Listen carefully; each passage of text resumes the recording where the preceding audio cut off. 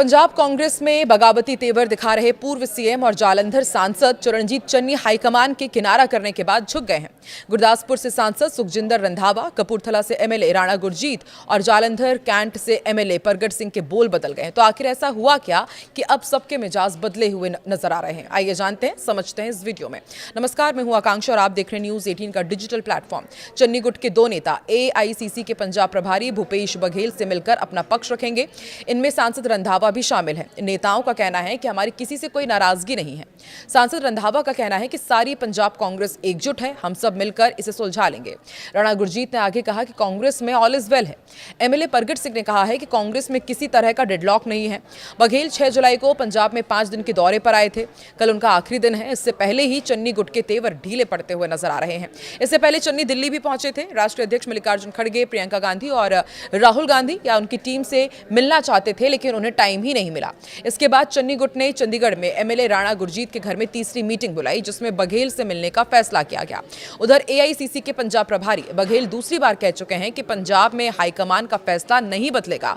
उन्होंने चन्नी गुट की जिद को यह कहकर भी मखौल उड़ाया कि यदि कोई गुड्डे गुड्डी का ये कोई खेल नहीं है। बघेल ने साफ कर दिया है कि चन्नी और उनके गुट को हाईकमान का फैसला मानना ही होगा।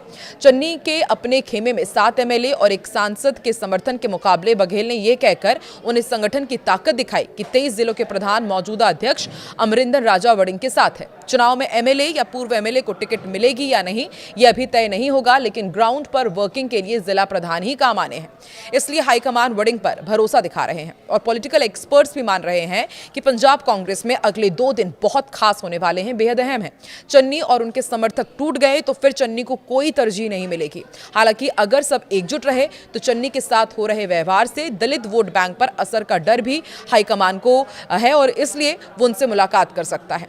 एमएलए राणा गुरजीत ने कहा है कि कपूरथला में मेयर के चुनाव को लेकर जो मनमानी हुई उसके संबंध में हमारी मीटिंग हुई थी। मेरी बघेल के साथ कोई मीटिंग नहीं हुई है, फोन पर भी कोई बात नहीं हुई। वहीं सूरज ठाकुर से उनकी बात हुई, लेकिन वो उनसे मुलाकात भी करेंगे। राणा गुरजीत ने कहा है कि ऑल इज वेल है, हाईकमान से कोई बाहर नहीं है, कोई ऊपर नहीं है, समय आने पर सब ठीक हो जाएगा। ये मेरा प्राइवेट घर है, आप अंदर आ गए हैं, अच्छा नहीं है। हाईकमान से मिलने की बात पर राणा गुरजीत ने कहा कि हमारा इंटरनल मामला है, हाईकमान चन्नी से क्यों नहीं मिला, ये सवाल इस वक्त सबसे ज्यादा पूछा जा रहा है। दरअसल भूपेश बघेल ने 2 दिन पंजाब में नेताओं के साथ बैठकें की। पंजाब प्रदेश कांग्रेस कमेटी और जिला प्रधानों के साथ मीटिंग में ग्राउंड लेवल पर फीडबैक लिया गया। पार्टी के बड़े नेताओं के साथ मुलाकात की, उनसे भी कांग्रेस में चल रहे विवाद पर फीडबैक ली गई। इसके अलावा कई नेता उनसे मिलने पहुंचे। बघेल ने पूरी रिपोर्ट दिल्ली में पार्टी महासचिव केसी वेणुगोपाल को भेजी है और रिपोर्ट पर चर्चा होने के बाद भूपेश बघेल का फैसला लेने को उन्हें छूट दिया गया और ये कहा गया कि हाईकमान का फैसला वापस नहीं होगा। दिल्ली से हरी झंडी मिलते ही भूपेश बघेल मीडिया के सामने आए और उन्होंने ऐलान कर दिया है कि हाईकमान अपना फैसला नहीं बदलेगा। चरणजीत सिंह चन्नी बुधवार को मोरिंडा में ही थे। सुबह वो मोरिंडा नगर काउंसिल के चुनाव को लेकर कांग्रेसी पार्षदों के साथ रहे और उसके बाद शाम को अपने घर में ही थे। इसके बावजूद वो चंडीगढ़ में बघेल से मिलने नहीं पहुंचे। इसी तरह सुखजिंदर सिंह रंधावा भी 3 दिन से स्क्रीन से गायब हैं। वो भी ना तो मीडिया के सामने आए और ना ही उन्होंने भूपेश बघेल से मुलाकात की। एमएलए तृप्त राजेंद्र बाजवा, नए वर्किंग प्रधान संगत सिंह गिलजिया समेत चन्नी गुट के कोई भी नेता बघेल की मीटिंग में शामिल नहीं हुए। देर शाम चन्नी का एक बयान आया कि वो राहुल गांधी को अपना नेता मानते हैं। इसके अलावा चन्नी ने अभी अपने बगावती तेवरों पर कोई बात नहीं की है। देखिए, अब एक्सपर्ट क्या कह रहे हैं कि चन्नी गुट का अगला कदम क्या हो सकता है, वो भी आपको समझाते हैं। देखिए, एक्सपर्ट्स का यह मानना है कि सरेंडर करना होगा चन्नी को या फिर पार्टी छोड़नी होगी। पॉलिटिकल एक्सपर्ट्स का कहना है कि हाईकमान के इस फैसले ना राजा वड़िंग के लिए 2027 विधानसभा चुनाव में लीड करने का रास्ता साफ कर दिया है। उनका कहना है कि चरणजीत सिंह चन्नी के पास अब ज्यादा विकल्प नहीं है।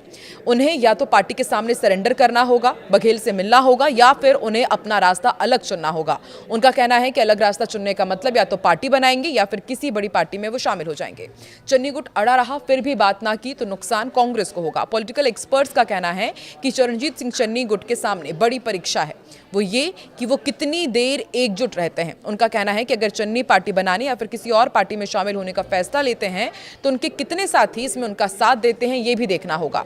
चन्नी के साथ 7 विधायक हैं और एक सांसद हैं। प्रमोद बातिश का कहना है कि अगर आज और कल चन्नी अपने गुट को एकजुट रखने में कामयाब हो गए तो कांग्रेस हाईकमान को चन्नी गुट से बात करनी पड़ेगी, नहीं तो इसका खामियाजा साल 2027 चुनाव में झेलना पड़ेगा। तो देखिए, अभी से ही बातें की जा रही है कि साल 2027 में अभी जो कुछ भी चल रहा है पंजाब कांग्रेस में, इसका असर देखने को मिल सकता है। वहीं कांग्रेस के तमाम विधायक और सांसद फिर से कह रहे हैं कि ऑल इज वेल है, लेकिन आपको क्या लगता है, क्या वाकई पंजाब कांग्रेस में सब कुछ ऑल इज वेल है, या फिर जिस तरीके से भूपेश बघेल को भेजा गया है डैमेज कंट्रोल करने के लिए, आला कमान की बात मानने के लिए, क्या सब कुछ ऑल इज वेल वाकई होगा, या फिर वाकई पंजाब कांग्रेस टूट के कगार में पहुंच चुकी है और इसका असर बहुत ही जल्द देखने को मिलेगा? कमेंट सेक्शन में जरूर बताएं।